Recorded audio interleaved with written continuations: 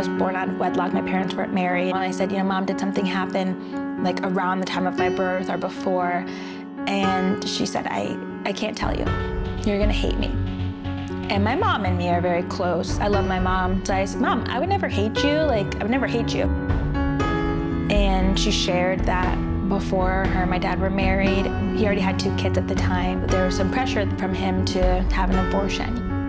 And they took her money and they put her in a white hospital robe. There was an elderly African-American woman at the other end of the hallway. And she walked, up to her and said, do you want to have this baby? My mom said, yes. And then the woman said, God is going to give you the strength to have this baby. And my mom looked up maybe 20 seconds later, and my mom said she was gone. But she ran out, and to my dad's credit, they tried to make it work. They got married, and they tried their best to make it work, and it didn't work for them, but it worked for me. I was happy at that point, and I really loved, my life, and I felt like there was a lot of hope for my future. And so I had trouble, just coming to terms with the fact that that could have all been gone and never happened from no choice of my own. I had no control whether or not I lived or died.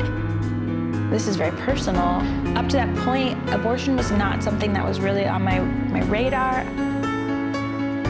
I've talked to so many women who are either post-abortive or they considered it, and one of the ways I've helped my mom over the years is just encouraging her and letting her know that she's a hero. My mom's let me talk about this so much, and every time I do, it helps somebody and connect it with other African-American people who are pro-life, like myself, young people who also had a burden and saw how abortion was impacting our community.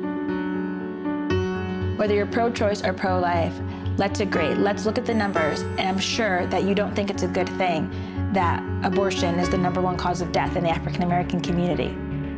That Black women are 3 times more likely than any other race to have an abortion. If you look at the numbers, many people said, wow, I had no idea. Most people are very uncomfortable with late-term abortions, with 3rd trimester abortions. Most people, even who say they're pro-choice, will say, I'm uncomfortable with that, I don't like that. Well, why? Why is it less human? Why? Well, because it's a baby then. It's a baby because it's more fully developed. Is it not a baby before? So we're always looking for the line. But for me, I say it doesn't matter. I could have been aborted at 6 weeks, 8 weeks, 10 weeks, 12 weeks. I'm not here.